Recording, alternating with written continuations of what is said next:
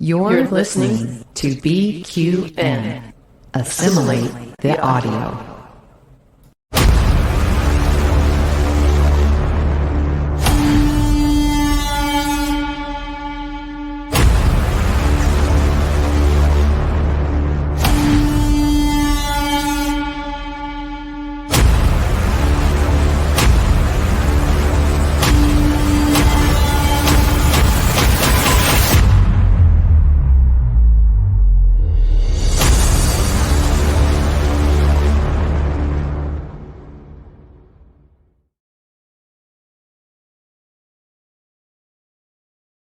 Well, hello there, listeners and live viewers. My name is Amy, and I'm so excited to welcome you to Let's Fly. And this exclusive limited run series by BQN will recap each of the episodes of Star Trek Discovery's final season. Every week, a panel of BQN hosts and Patreon subscribers will join our YouTube and Facebook live audiences to deep dive into each new episode after it airs. You can catch replays of both platforms, and an audio podcast will also be available. But wait, there's more. We want you to be a part of the show. For as little as $1 a month, you can join us on the panel as a BQN Network patron. As a patron, you can share your insights, ask questions, and contribute to our lively discussions.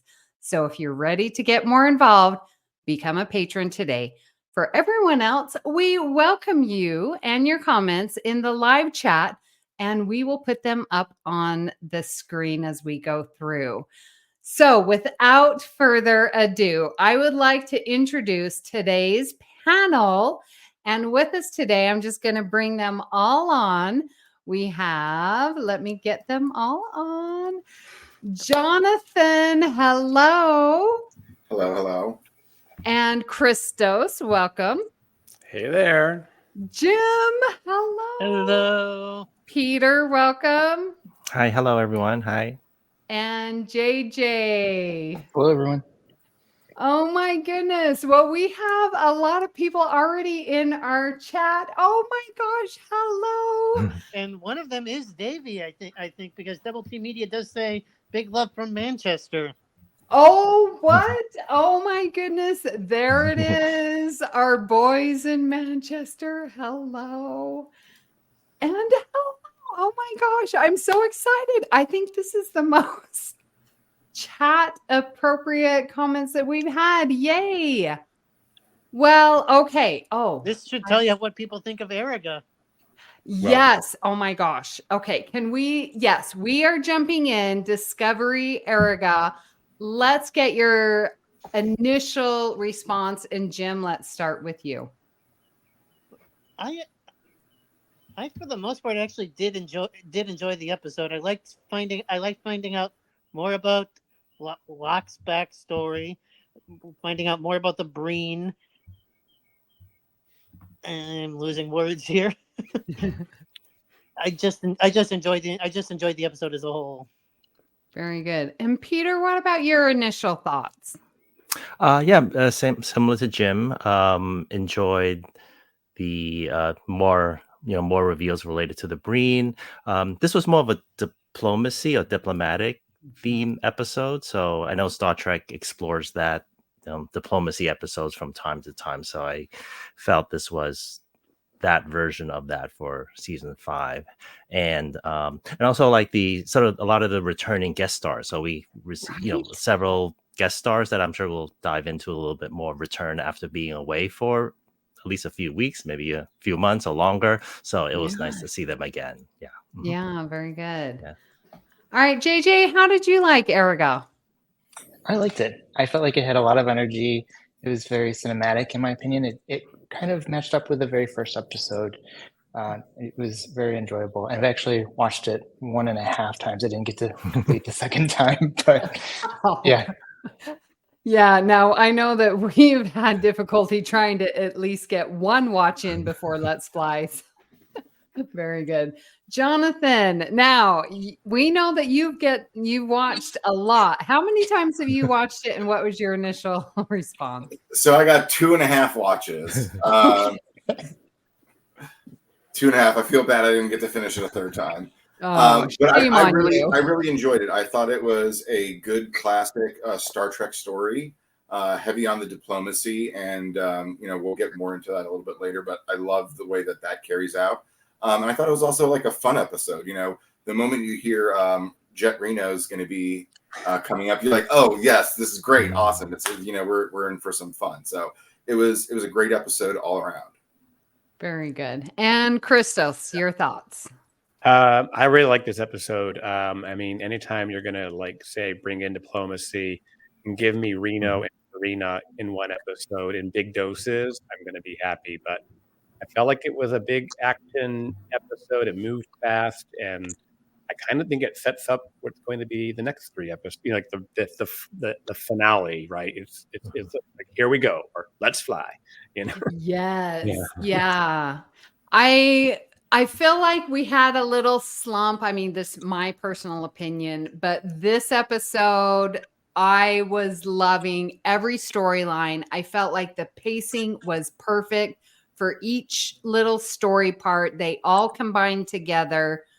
I am back on board. I am loving. I really feel that this is going to be the best season of Discovery. Yeah, I have to ask, Amy, were you disappointed that the next clue that the next piece of the puzzle wasn't on Beta Z? Well, I mean, there's definitely connections to it, so we will see where that library book takes them. Yeah. It might end up on Beta Z. That's right. Yep. Or am I wrong? Yeah. You never know. No, it's going to be. Oh, did you? Well, Amy did not see the Ready Room, so I know she does I haven't not. seen it.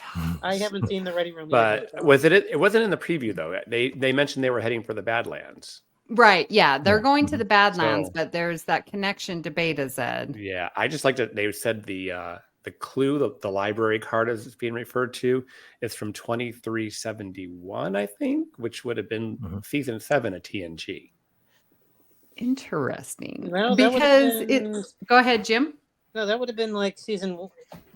That would have been after TNG. That would have been like that would have been like into the movies even. Well, it could be Generation, isn't? It's 2364 is Encounter at Farpoint. Yeah, and And- 2370 was season 7. Okay, so right there, Generations last season, TNG. Yeah. Yeah. Ooh, it's so exciting. Oh my goodness. Okay, so I've sort of set things up a little differently than Davey. Notice Davey's not here, and we love you, Davey. Yes, we know Double T Media. This is Davey. Hello. And I'm assuming you have Kelvin and James watching with you as well. So keep on putting those comments in the chat. We will get to them. So I'm going to sort of go over more of characters instead of stories because I like to discuss what the characters mean. And as Peter mentioned, we are getting some callbacks to some previous characters. And here we have Commander Non. And I love how she totally doesn't trust Booker. She totally gives a review of all of his crimes. You remember that Iridom or whatever, the bomb from season 4. And Isolytic weapons. Thank you. Thank you. So Commander Non, I was sort of surprised with seeing her because I remember her last going off with the Seed ship in season 3, but we did see her in season 4. So what were your thoughts, Jonathan, of seeing Commander Non? Were we surprised to see her? A little bit. I like the way that they handled her scene, particularly, she's doing her job as a security officer. So she's standing up and essentially calling out Book for why she should not trust him. And then when he steps away, she turns to Michael and says well, yeah, I was taking it easy on him because I know how much he means to you. Mm-hmm.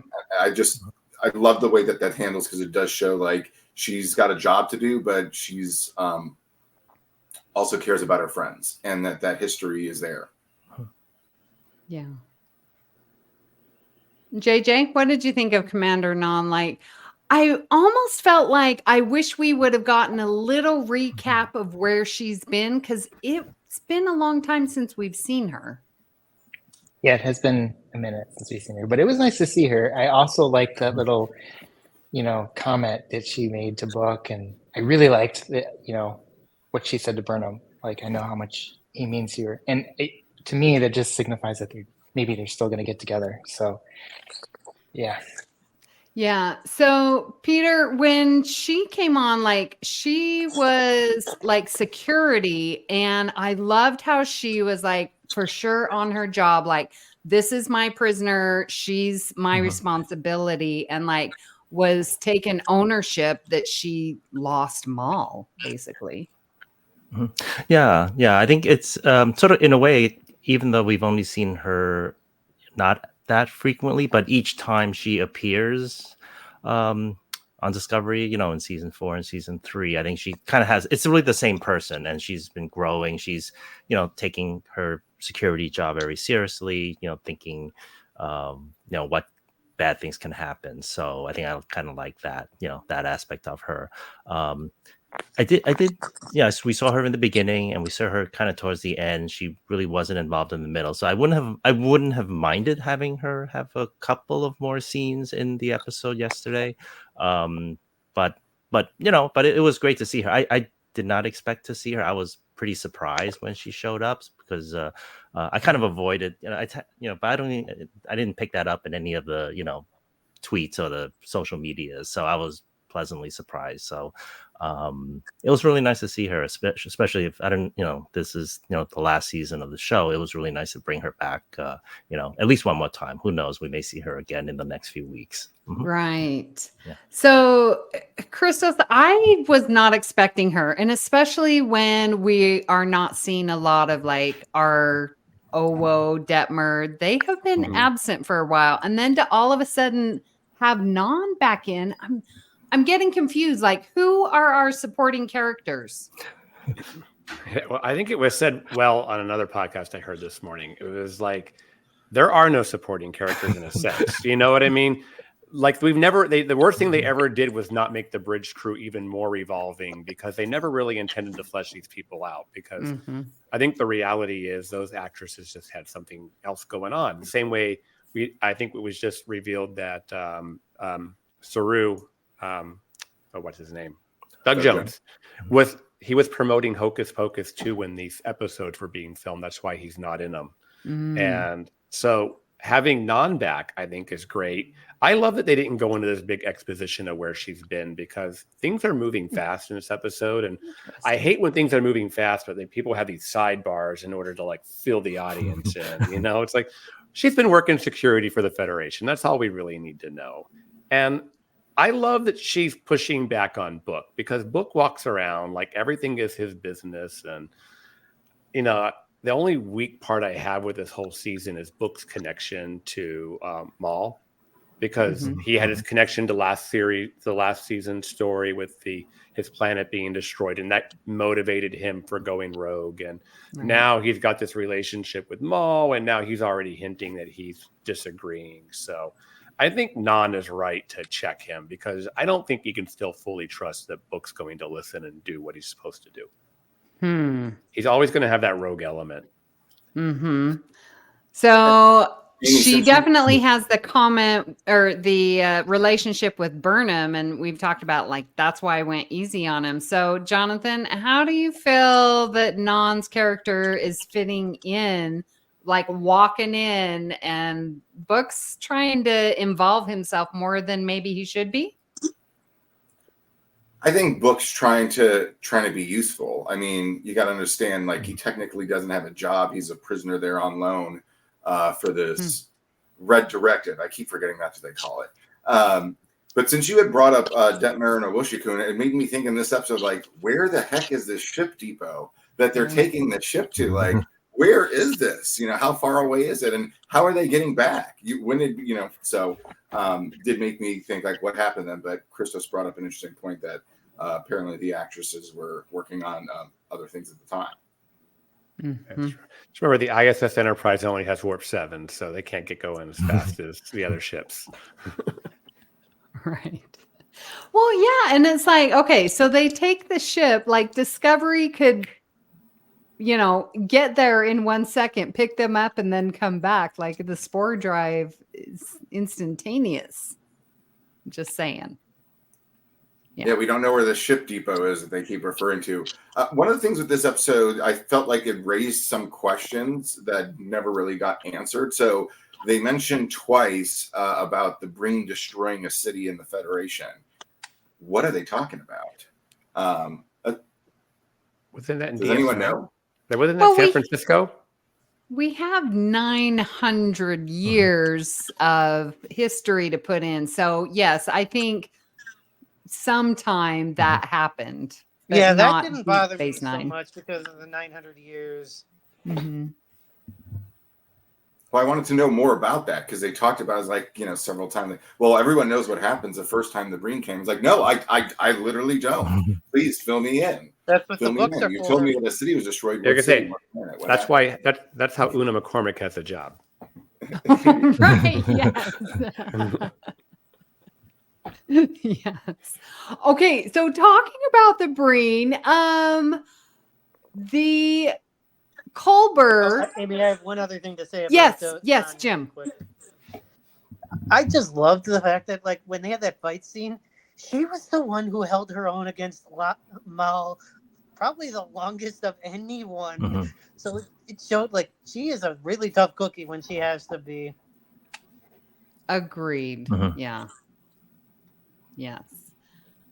So with Culber, I was so fascinated that he's like, well, I went and researched the Dominion War, which of course our Mhm. ears perk up. Mhm. And what an interesting concept. And I'm going to just ask, like, did you know in Deep Space Nine era that you could freeze or drop the temperature so that their bodies could repair?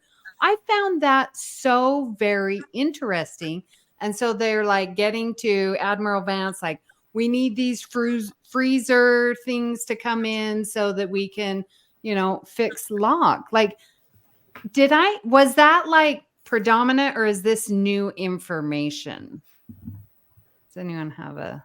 Wasn't there an episode where in Deep Space Nine where somebody made a remark about their suits and it was to keep them cold? I don't remember who said it. I think it was like Doug I Zia vaguely maybe or remember something like that. Yeah, we have a comment there. Yeah. So they're refrigerated, but is that because they're home planet or is this for like medical purposes? Could be both. You never know.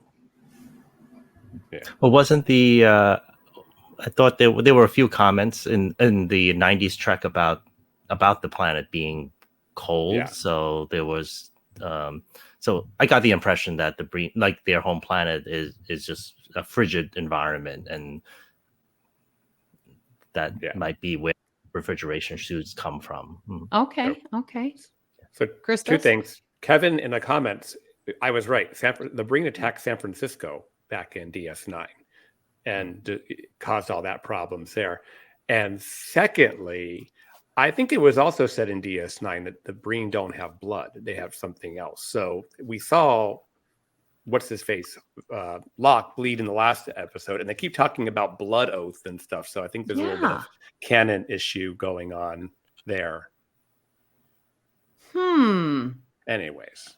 Yeah, and it was interesting that the Breen was like, well, it doesn't matter how much blood is spilled, but this is a blood oath and we need to fulfill it. And I was like, okay, come on. Jim, what were you going to say? Be that they just do have blood, but the blood is so different from any other species blood that it might as well not be blood. Maybe the composition's different. Like, to your point, like it's not, I'll buy that. Okay, and then another thing that I feel I'm putting under Colbert's responsibility, why in the heck was Locke able to access a full day's worth of serum that just lifts up a panel and, oh, let me inject myself? Okay. Was I the only one who thought that? Yeah. I was under the assumption he shouldn't have been able to lift up that panel. Thank you. Yes. Okay. So we're just going to let that fly. And okay, shame on you. Well, I'm actually a little surprised, Amy, that you didn't immediately comment at the beginning of this about, the end of their love story, because you were so hopeful for Maul and Locke. And this was, for me, I was great. I was like, okay, proof to me that, like, he was the better one. She is evil, like, deserves to go away. All that. Oh my goodness. I mean, I felt bad for him dying, but again, he sacrificed himself multiple times for her, completely unnecessarily. Go ahead. Don't call that love, but I think they're psychopaths. I mean, they're constantly they're like Bonnie and Clyde, and I do think that's the case. And there was a reference made that it was 2 years that I'm forgetting the Burnham's number one right now. Rayner. Say that again. Rayner. Yes, he had mentioned that he had been after these two for 2 years. So and that's just the time that he's been after him. So how long have these criminals, been on the run for, their crimes and everything they've done? That's not necessarily been made clear, but it's been a while. So these are not good people. Yeah. Well, Kevin brings up a really good point. Non should have also inspected the medical security. There's two people failed in this. Christos. She probably did. She probably did, but they probably underestimated the strength of the strength of Locke and the Breen. Yeah. I can overlook a lot, but when she was out and fighting the 2 security guards and then Non, how come there was no one going, hey, ship locked down, prisoner loose? That was the first thing you would do, is just lock everything down. Yeah, and it's not even until Burnham comes back on the ship that they lock down the ship. It's like, come on. Yeah. I guess there's a lot of sloppy things in this episode. The one episode. calling for a lockdown instead of trying to fight her himself.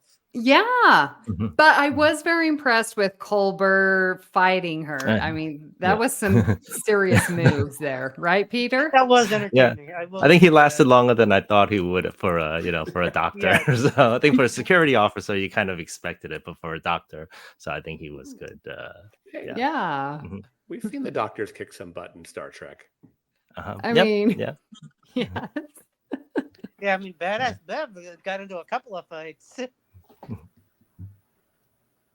So it was also, I thought, very convenient where Colbert's like, I don't have enough knowledge to help the Breen. If only we had a Breen doctor. And, here we have the Breen on board. I thought that was nice and convenient. All right. Well, next. Oh, yeah. Now I'm all out of order here. Okay, wait. Can we just spend a quick minute about Tarina? I am in love with her. She is so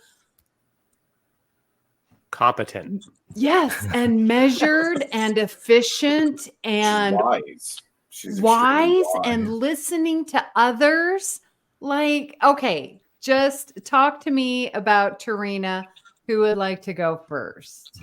I love the fact that we saw her without Saru for probably the first time in maybe 2 seasons. It was amazing seeing her get a meaty role, no Saru in sight, and was already been said, shows her being an excellent fair politician, looking at all sides.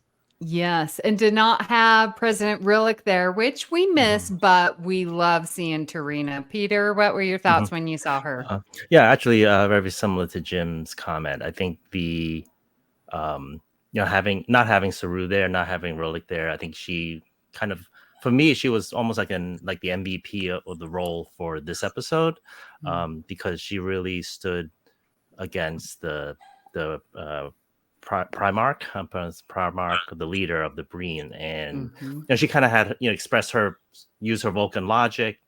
I mean, she didn't, she was very calm, competent, forceful in her Vulcan way. So I think, and she was able to convince him to that this is a better plan. So it was really nice to see her, because we haven't seen her for a couple of weeks, so it was nice to see her. And I think she, the character kind of stepped out from just being sort of Saru's fiance, knowing her more as that, Right. but just she was she was the the head of the she was a diplomat, she was the leader even before they met. So it was nice to bring that back. So it was really one of the best parts of the episode. Yeah, and you both bring up a really good point, that we get to see her without Saru, and sometimes there's just a tendency to couple them up, and then we lose their each individual identity. Christos, you made a comment in our Discord, which I'm just going to push out. We have an amazing Discord. You were talking about Tarina and like how logical she is. Yeah, she just navigates her way through the episode in a way that Raynor thought she was being weak, but she's like, no, she's being so strong, and she pushes back on xenophobia, and we're not going to make these overarching judgments. But when push came to shove, she also showed her backbone. I thought it was just really well done, and I think that Tara Rosling is such a good actress, and she plays the role so well. And I just, like I said, I think I said it in the Discord as well, I love seeing her, as president of Navarre, acting president of the Federation, and, having her own agency and not being Saru's plus one. Yes. Jonathan, what were your thoughts about Tarina? I just want to add on that. I think she also had a line that could only be delivered by a Vulcan, and she handled it perfectly, where she says something to the effect of articles of extradition need to be drafted and approved. That'll take 3 hours minimum. And then, they respond with, you have 1 hour. And, they close communications, and they look at her and like, what are you talking about? Well, I bought you an hour. Right. And instead of saying tribbles have taken over. And it's better than, lying about a trouble infestation. So I just thought that was really well done, and like a line perfect for a Vulcan. And Tarina perfectly shows herself as a good substitute for the Federation president while the Federation president is traveling.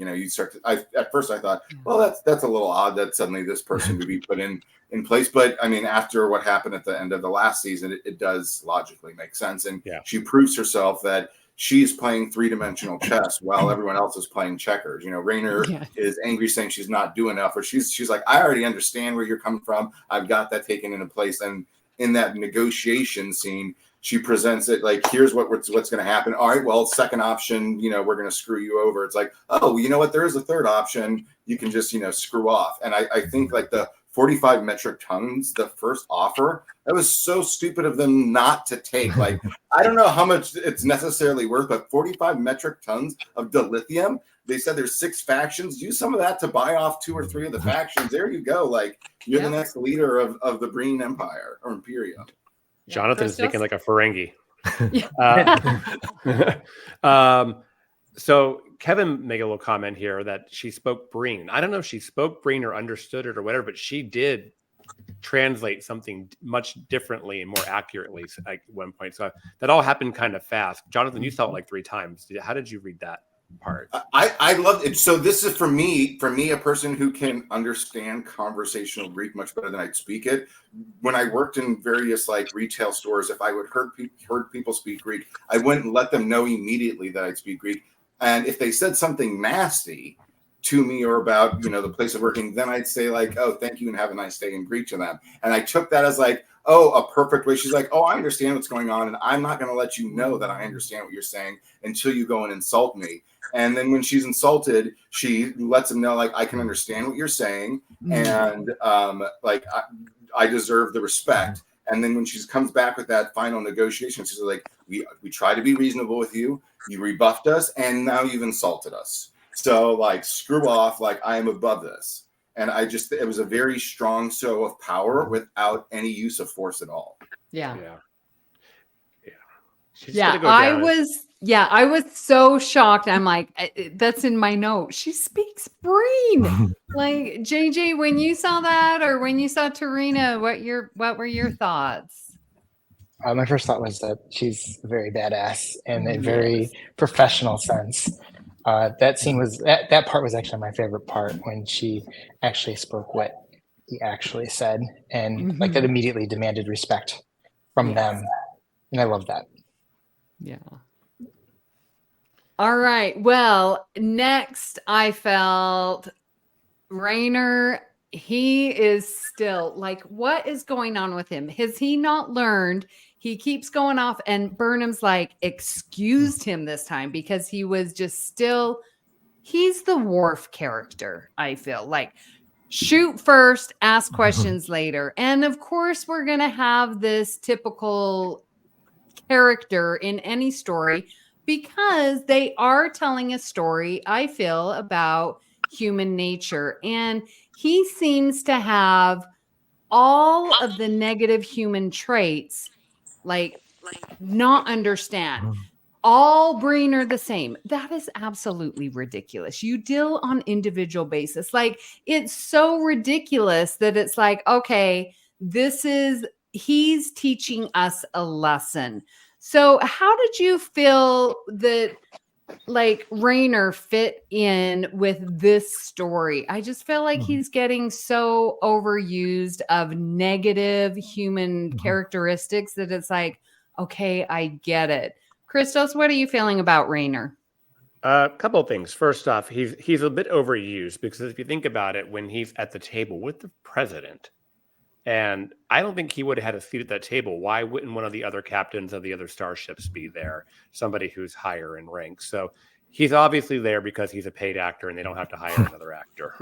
And that's the out of the real world reason. But I think you begin to see, like, when he starts to talk about how the Breen attacked his world, and the now you understand that he's been in a war with the Breen and he knows what they're capable of. And that's obviously his motivation, his PTSD from that. And like many people here, who have fought in wars, you tend to then have this, you have this prejudice toward everybody of that race, and you've seen that from World War II and things like that. I remember my grandfather being quite prejudiced because he served in that world at war, and he just looked at it through that lens. So I think we understand now, because of what he reveals in the second half of the episode, a little bit more why he's being the way he is in the first half. But doesn't excuse it, but I think we understand it better. I mean, he was so adamant, Jim, about, just don't trust the Breen. Like, he even referred to like Burnham with the Vulcan hello, like, you got to shoot first. Come on, you're understanding me. Come on, Burnham. Oh yeah, Jim, what do you think about Rainer? Well, Rainer is one of my favorite characters this season, so I absolutely loved, even if it wasn't in the right direction, the character growth from this episode, because having Rainer, well, let's just say, hate the Breen for whatever his personal reasons, is just as great as anything else. And I agree with Christos about the whole PTSD thing, because my grandfather was the same way. So that's a perfect analogy. Listening to Rainer talk and just like hate all Breen, it really reminded me of O'Brien with the Cardassians. Peter, did you get that vibe, or Jim? Yeah, I thought that same thing in the episode. Peter? Yeah. For Rainer, for this episode, it's almost like harkens back to episode 1 and episode 2 of season 5 for him, because the last couple episodes he kind of became more of a leader. He was encouraging the bridge crew like Adira. So we started to see him evolve over the last couple of episodes. I think here it gave more of a backstory as to why he was the way he was when we first met him. I mean, we saw it, but we did, when we knew a little bit about the reasons why. But I think this episode provided more color as to why.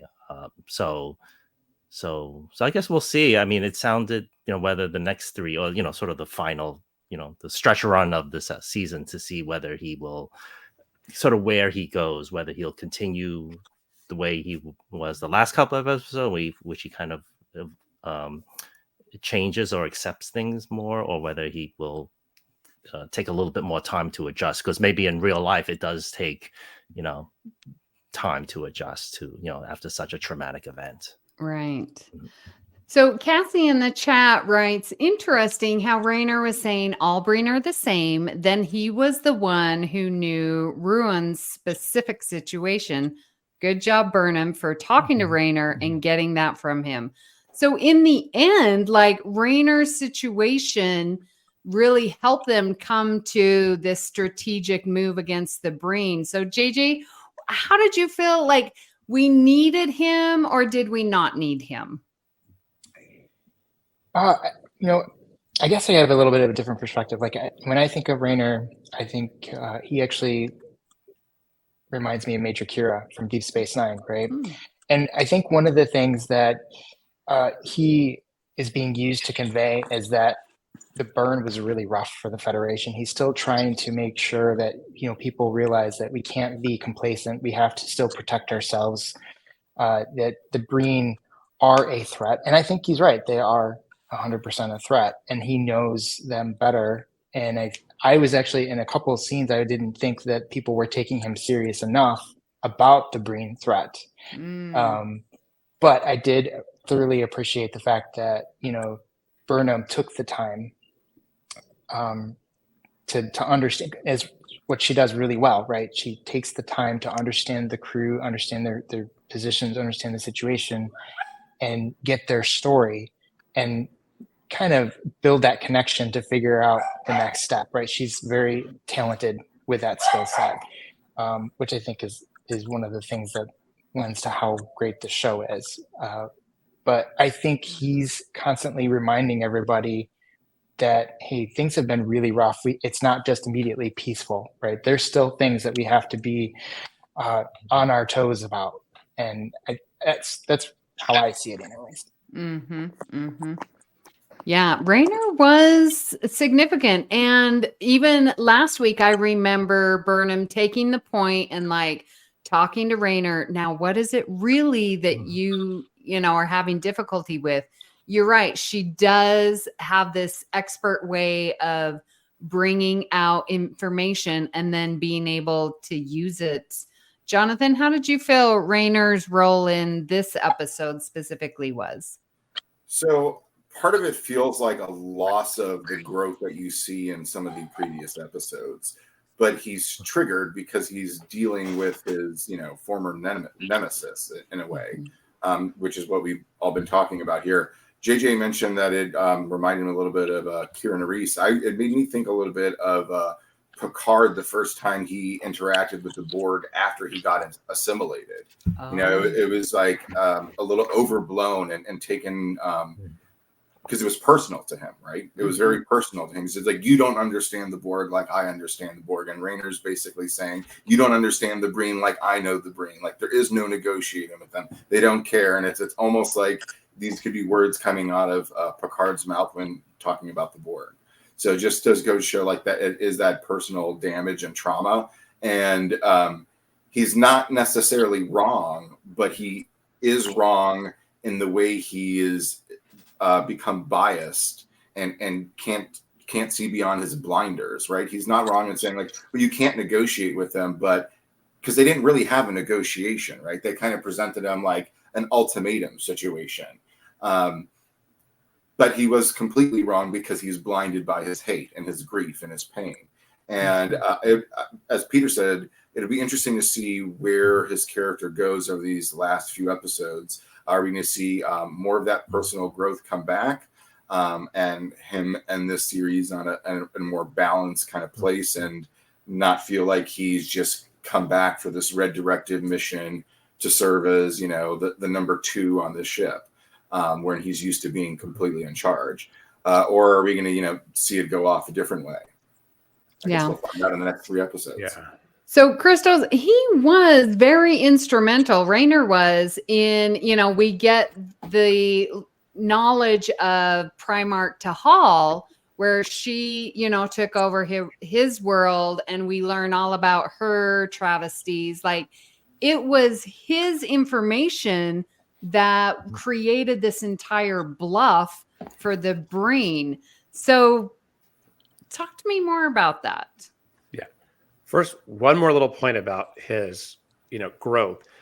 I like that actually he took a step back in this episode, or forward, because there's been a little criticism that he was all edgy in episode 1 and 2, and then he got demoted, and now he's been like falling into line really fast and becoming, you know, all touchy feely. So for him to actually take a step backwards and regress a little bit, that's a little bit more believable, that he, you know, you're not just going to like change overnight, and you're going to have your, you know, like you said, you get like Jonathan said, he got triggered, he fell backwards, and the big question will be, will he bounce back and get back on the right path, you know, or is he gonna, you know, end up doing something insubordinate, you know, because he doesn't agree with the way things are being handled? So, you know, to be continued there. I do like that because of the information, of course, he provides us. We also find out that information is instrumental in the big bluff, and without that, and it lends credibility for them to actually believe the bluff. So, you know, he actually has a major contribution there. Yes, because the Breen were like, you don't know Primarch Tahal. She would never get with the Federation, in bed with the Federation. And then here comes Rayner, and like describing her. She named her ship after this, and like, and that's what added legitimacy to their bluff. Yeah, she would not be caught dead. I think that last sentence he says is what really sells it. Is that he killed everyone else in my family, but spared me because she liked the way I fought. Said it was like said that I fought like a Breen or something to that effect. I think that really sells it, because if they know her well enough, they're like, oh yeah, we could see her doing that. We could totally see her like, we'll spare that one because he fought with spirit and heart. Hey, so Maul and Locke. I'm telling you, I love their story, you guys. What I loved about this was when Burnham was talking to them in sickbay after they beamed them on board, and she was like, who are you? Why are you so important?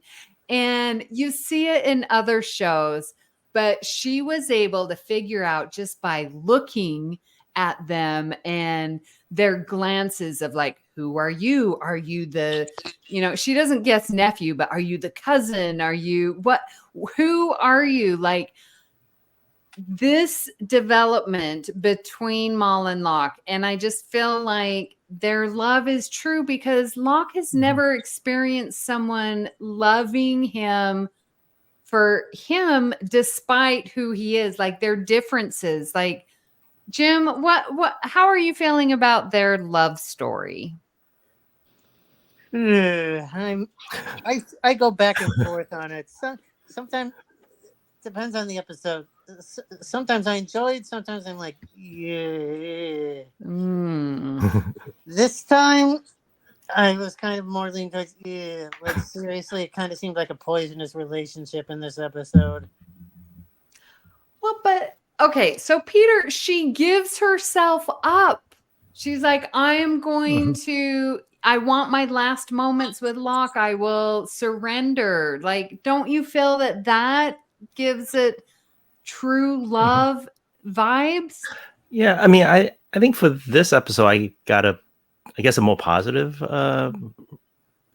view of their relationship, but probably more on the Locke side. I'm still not sure with the Maul. I'm not sure. The jury's still out a little bit on the Maul side. I mean, I think they both love each other, but I think after this episode, I felt Locke was a little bit more sympathetic character. So I was a little bit surprised / sad in which he, died. But then at the end, there was a little glimmer of hope because he may still be back. Like there may still be a science fiction, kind of like no one one's ever really really stays dead. dead in Star Trek. So, Star and I think I forgot who it was, Non or who said something all the way at the very end about reviving, using the progenitors' technology as a potential way to revive. So that's why I said, oh, okay, maybe he may be back, because I didn't think, I was a little surprised that that I thought he would last until until episode 10 anyway, and then we'll see what happens. So yeah, but I think I guess in the beginning, like in 1 and 2, I didn't the relationship kind of grew on me over the last 7 weeks. So so I think they do love each other. And I think with Mal kind of giving up her freedom, I guess with Book's help, and then going back to sick bay, I think that she wants to be there with him. So I think that was, kind of a sign also. So she didn't want to leave him alone at the end. Yeah. So Christos, answer me this: like, do we need Locke alive? Because, like, do we really need him alive?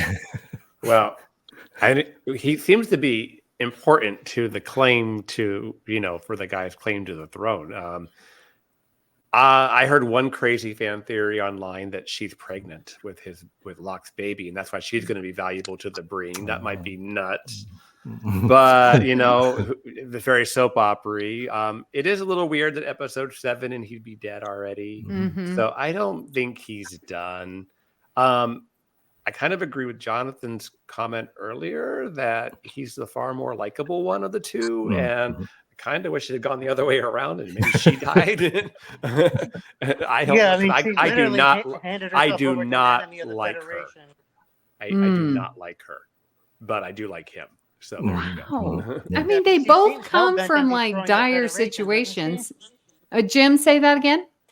I mean, she seems hell-bent on destroying the Federations, so much so to the point where she literally hands herself over to the Breen just so she can stick it to the Federation. She's definitely the unlikable one.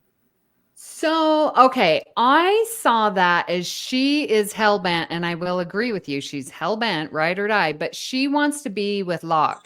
I don't feel like she's got it out for the Federation. I think she wants to be with Locke, and she will do anything and will protect him and his future. So, Jonathan, am I wrong? Or does she really want to get the Federation? I don't really know what her true motives are. I am like confused and want to definitely know more about like the Breen history and like hierarchy, how it is that having your nephew like scrubbing the deck is what allows you to be the leader of the Breen Imperium. I'm not really understanding how that works, but I some countries and hierarchies are very weird, so I'd like to know more about how that supposedly works. The tattoo I thought was an interesting thing to show at the end, a way that they are united in marriage, but that's immediately thrown down and dismissed, like, well, you'll never be accepted by our people. And my immediate thought is like, well, what difference would that make? Like, would she, if she was Breen, would she suddenly like have that authority and power to grant someone like the power to be the head of the Imperium, even though she's not of the bloodline, but because she married someone from the bloodline and then that person died? I mean, it would make sense if she is in fact pregnant, then I could see how that would work. But she then immediately tells them like, oh, well, there's this thing the Federation's hiding from you. I don't really get what her motivation is there, unless there is, this hinting here that she's going to try to use this to bring him back to life, because I'm sorry, he's dead. What are you going to do with his body at this point? Christos? I was going to get a little nitpicky here. Like, they reveal early on, his Locke's different, the Breen's different heads, how he can make his head solid from the, the liquid form or whatever it is. But that's actually, it takes a lot of energy and it takes a lot of their effort to hold that form, very Odo-ish, So when he's like mortally injured, I'm wondering how he's still holding that form. Right. Because he's supposed to be very weak and very basically dies with a solid head. So that was a little. He's thought I holding was that form because he understanding. didn't want to do the special effects. Well, you're giving the real world reason why he didn't. But I just thought it was another. I mentioned there's a few sloppy things in this episode, and I think that was another sloppy thing.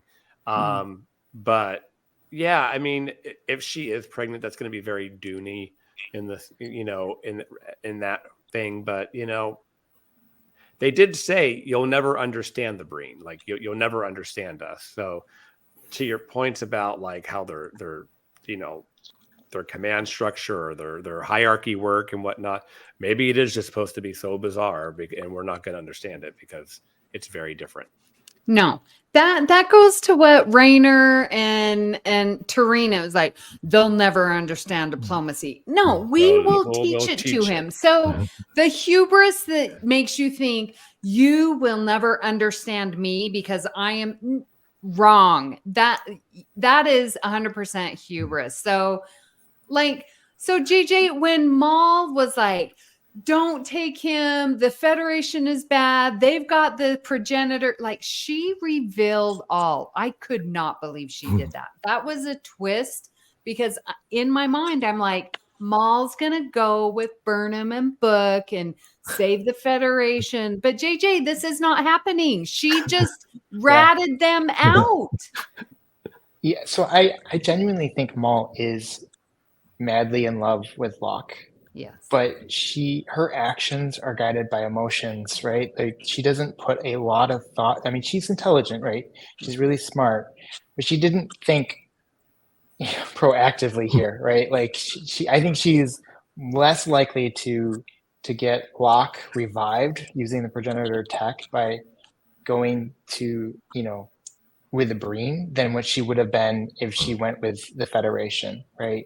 And what's interesting to me is right before like all that, they're like, we can't be caught by the Breen. We absolutely cannot be caught. And then she just goes with them. Like I don't understand the play there. I don't understand the path there. It doesn't quite make sense. So I think she's kind of like shooting herself in the foot there. Like she's kind of like hurting herself in a way. But if she's pregnant, does that answer that question? I never even thought. You guys have I don't think she knows the play. Yeah, I don't think she's. I don't think she's got a fully healthy mind. So I wouldn't try to follow her logic. And rationale. There was one line in a different scene that I want to talk about. I don't know if you were planning on bringing up Jet Reno, but there's a throwaway line that's a joke that she used to be a bartender. You should try her 7 of lines. Okay, one, love it, great, beautiful line. But then it made me stop for a moment, and I'm like, wait a minute. The timeline here, the timeline. So am I to believe that they've gone back and studied 900 years of history and, or like, and 7 of 9, or like at 7 of 9, something particular about 7 of 9 that stands out in that 900 years of history? Or maybe Jet Reno was just looking for, other famous Starfleet lesbians and came across 7 of 9 when she's with Rafi. I don't know. Like, I'm trying to figure out how it is that Jet Reno, and apparently 7 of 9 is so well known enough that or wait, no, I had the timeline even screwed up because she said that she did the bartending before she was in the Federation. So yeah, I don't get that. The 7 of 9. It's just. I think it's just. It's there for us in the audience as a wink, wink kind of thing. She did not know 7 of 9, probably doesn't even know who she is. You're right. It was, over 100 years before Voyager that Disco goes to the future. And, but, I do have the recipe though for the 7 of 9 if you need. And that has been posted in our Discord. And I was hoping we would all have one, but I do not. I will admit, I laughed my ass off at the 7 of Limes line. Yeah. Kevin points out pretty convenient that she was an expert on antiquated books. And She also Well, she had a wasn't though. line. She wasn't though. She just gave like I think any rational person would have thought, wait, if you're trying to preserve something, like I immediately thought museum, right? Museum. Does she just happen to know about the special? What is it called? The Galactic Archive and Art Yeah. Gallery. Yeah. Yeah. Yes. And Is that what it's called? Eternal. I think Eternal Gallery. Eternal, Yeah. yes. Yeah. Eternal. Yeah. Which is a beautiful name for it. You know, I like that they said that it moves to stay safe, but then they mention it stays in the same place for 50 years. I'm like, well, that doesn't sound that safe to me. I feel like you should be moving a little more often than that. Okay, but what if Christos? she knows? What if she knows Pelia? Because Pelia is an I was engineer gonna say- and the antiquities, and they're from the same timeline. So maybe she knew Pelia, and that would as engineers, and maybe there's a linkage there. Yeah, I was gonna say I heard that theory that that she'd originally been the antiquities person, and she only got into engineering because she somehow knew Pelia. Yes. Okay. So yes. Yeah, that eternal. And that sort of Booker had that premonition of I'm getting this feeling of eternity. And so now we get that. Yeah. So let's talk about the clue. Labyrinths of the Mind, a Betazoid manuscript. Hello. Thank you very much. And the Dr. Marina. Thank you for Marina Sirtis, Deanna Troy. We can all, she's my favorite. In case you didn't know, she's my favorite character. So, Christos, talk to me about Labyrinths of the Mind and this Betazoid manuscript. How did you feel this unraveling came through? You know, I don't have a ton to say on that because it's a bit of a mystery still. I like that it was revealed that the year it was written, and that was at either 2370 or 71 or whatever. And I think that, you know, I just think it's weird that it hits right in that would have been right after season 6, right after, you know, when the progenitors and all that were discovered. But like, how does it fit in? I don't know. It's interesting, and we know she was a Beta Z scientist, right? So, but I don't know. The fact that they can't find this manuscript anywhere is interesting. I don't know. I think it's next week's episode, to be honest with you. Yeah. So, and JJ, Reno said that she had contacts from like 800 years old. Is she human? Daisies. Or Well, is she It would have really been. old? I think that was because they're 800 years in the future, right? And so they'd be pushing up daisies now. Oh. Yeah. Okay, that's making sense now. Yeah. Okay. All right. I did kind of want to comment on the one line that Yes. Reno said that Adira made that comment that, oh, you were pretty busy, and she says, oh yeah, that type of busy. That was so funny. She's like, yeah, I meant that too. Yeah. That's right. Work it, girl. I got it. Yep. Yes. Now this was just a little contrived with Stamets realizing, oh, Beta Z, they feel things. What did you say? You felt something?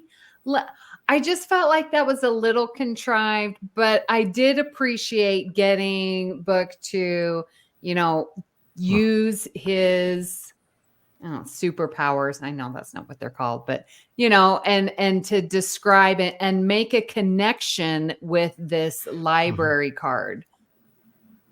Thoughts on that? Actually, related to Book, I felt this episode and a little bit like the last episode. It's almost like he was almost trying to find things to do, or they were trying to put the character into scenes. So I think, the first couple episodes, I think we've talked about this a few weeks ago, in which, between him and Michael, they were almost like the leads for the beginning of the quest. But the last couple of episodes, he was, trying to. I remember last week there was the scene with Culber.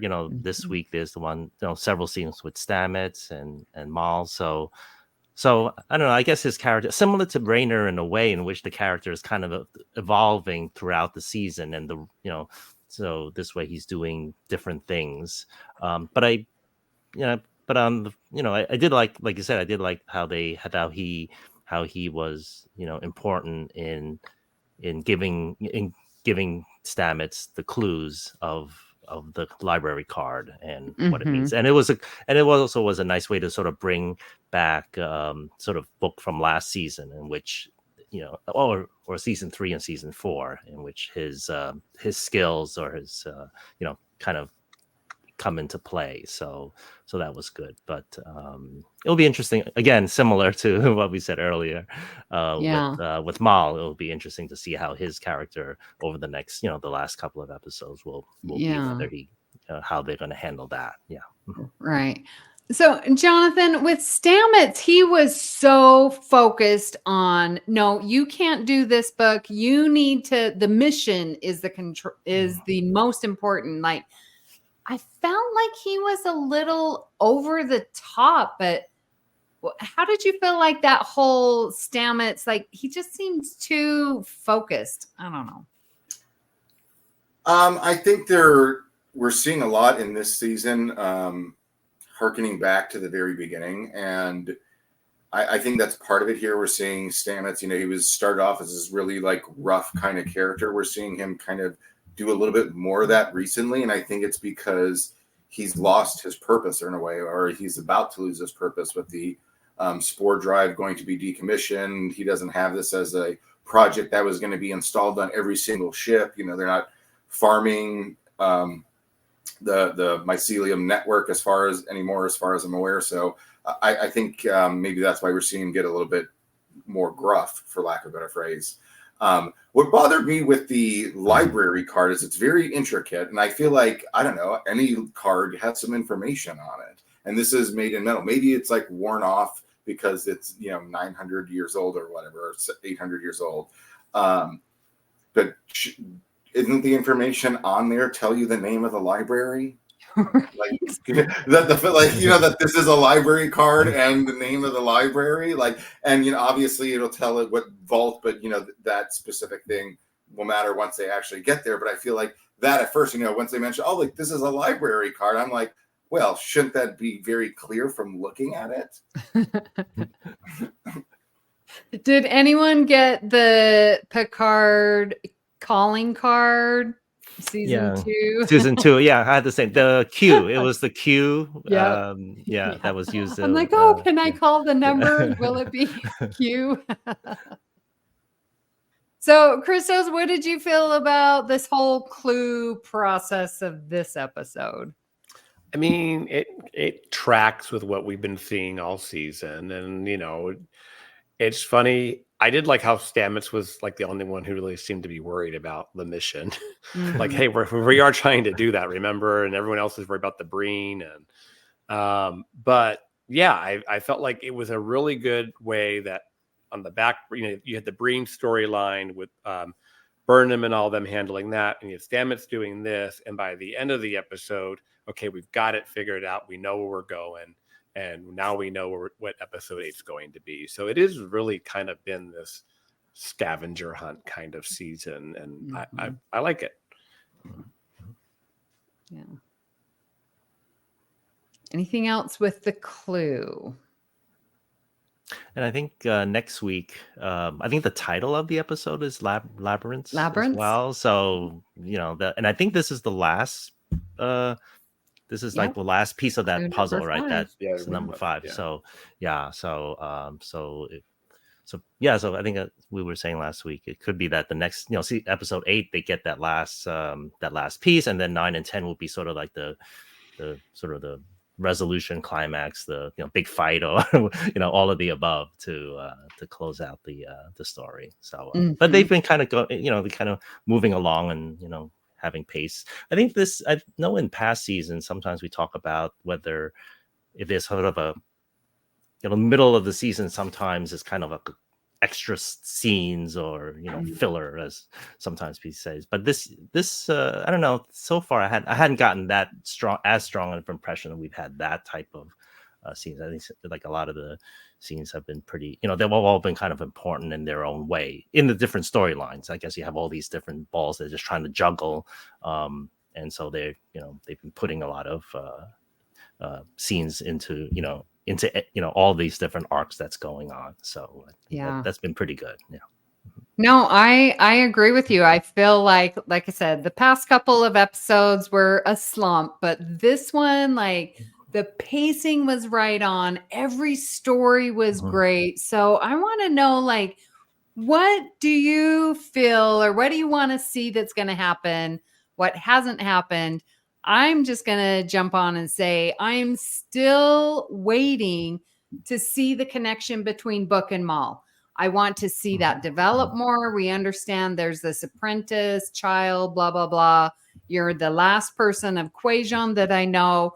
I need to see that a little bit tighter and connected, because I need to see Maul come over to Federation side. I know. So you need him. You need him to redeem her. Like, yeah. And so that's what, and they keep pushing it off week after week. And I am like salivating to get this Maul and Book story. All the others are coming along fine. So that's still my one desire. JJ, what are you hoping for next week? Well, I want to see this library. This library thing sounds pretty interesting. I'm wondering if it's going to be that easy that the clue is actually with the manuscript in this vault thing or whatever, or if it's going to be something more elaborate. I'm hoping it's something more elaborate. But I do want to see, like, I know I was a little nervous about, because they've had a lot of references about the spirituality throughout the season, and I do want to see where they're taking that. I want to see how that relates and how they're looking at the progenitors, and because I rewatched pretty much all the episodes this week, so I definitely want to revisit that and see, where that's going. But yeah, as for Maul and Locke, I want to see Locke survive. I feel like he grounds Maul, and I do like their relationship. I understand that they both have had, they've come from some very violent past. They've had a horrible experience, but they found each other, right? Like, and there's a romanticism about that, right? That it's just like they found their person and they're making their trek through this world. So I want to see Locke survive, and I want to see how that goes out. The Book and Maul story, I feel like that's a little forced. I think that on Book's behalf, so I don't want to see that, but I do want to see Maul and Locke. Well, Jim says since they're going to the Badlands, he wants to see either Bajor or ancient DS9. So, Jonathan, what are you looking forward to? Well, I don't think you're going to get any more story on Book and Maul. I could be wrong. I don't think that's going to happen. I would be favorable to see Locke come back, and the only way in my mind at this point that Maul can justify or clear her record would be if she sacrifices herself to bring back Locke, and then that allows Locke to somehow become like the leader of the Breen Imperium. Then that would clear her record and all her undoing and all their chaos that they've caused. Whether or not that's going to happen, I don't know. I am really excited for next week's episode because of the archive, right? So that they can be really creative and playful, and we've seen what they've done in each of the various series that have featured something like this. In TNG, we saw the Collector and what kind of artwork he had. You saw in Lower Decks, the Collector episode was really well done. So I'm really curious to see how this is done. Also in Picard, we saw a version of like a storage. So we got to see the various types of artifacts. So I think it'll be very playful and interesting to see what kind of artifacts we get to see, even though in theory you shouldn't see anything other than the one you're just going to pull out of your little vault. But I have a feeling that, they'll paint a nice little picture for us, and we'll get to see some callbacks that, will be teasers, I think, for some folks that are really paying attention. It'll be one of those scenes I think you'll go back and like rewind a couple times, like, wait, is that what I thought it was? Easter eggs. Yes. Yeah. Yes. I have 2 predictions. Okay. Whatever progenitor power is going to end up being, it's going to get sacrificed because it's going to be too much for anybody to have. Mm. And I also predict that Rayner is going to go be the way of Shaw and die. Oh, I'd be okay with that. Peter, what about you? Couple quick things. Yeah, I think Locke is coming back, so I don't think that we've seen the last of him. I think I think that, I guess, like the happy ending. I think there might be like a redemption, some type of redemption scene, but it'll probably be like, the tail end of episode 10, in which sort of wrapping things up, in which she'll help. I think the two things that I'd like to see but I think we will see, kind of Saru and Tarina, because there was the whole wedding that was Yes, we discussed need at the wedding. beginning. Yeah, but we really hasn't touched about that over the last few episodes. So, but I think they'll be coming back, so we want to see that. And then, Owo and Detmer, they've been away for most of the season, so I like to have them at least come back, by the end. So, it's kind of like a way to sort of wrap up and come full circle with with the Discovery crew. So yeah, but I think it's the momentum. I think it's still pretty strong with what they've done this season. So looking forward to to the next few weeks then. Very good. Okay. Any What do you think, Amy? Oh yeah, I Yeah. already said mine. I was gonna say something a little mean, but I mean, because Go Peter, ahead. going off of what you were saying, like with Detmer and Owo, and yeah, they have just excused them, and what, they're gonna bring them in, and we're gonna say goodbye to them.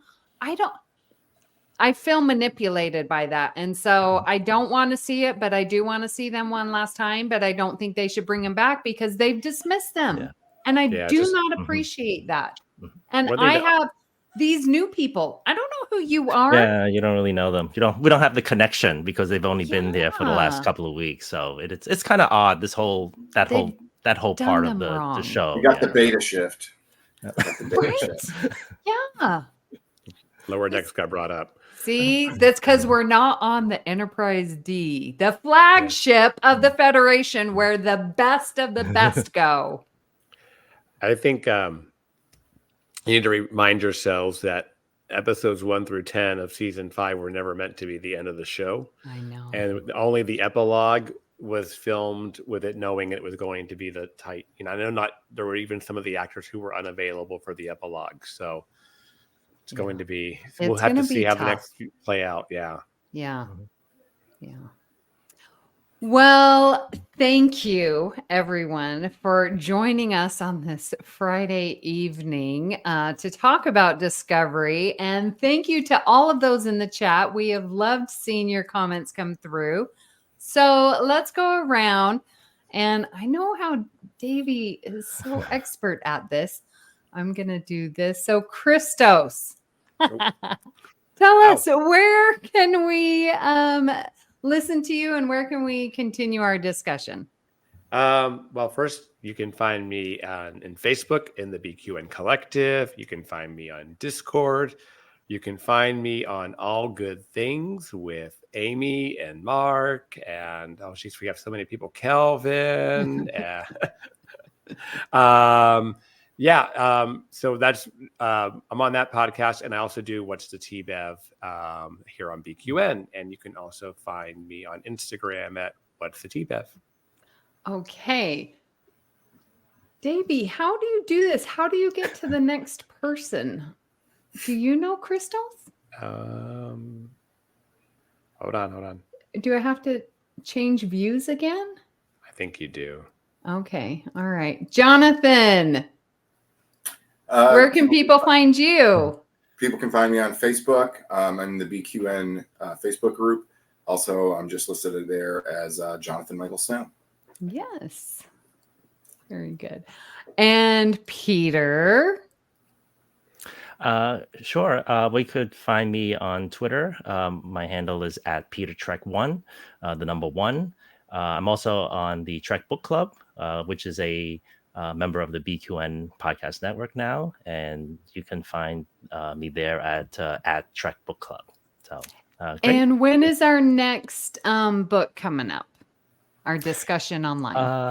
Yeah, the discussion. Well, there will be the next discussion will be actually next weekend Right. of the Genesis Wave Book 2.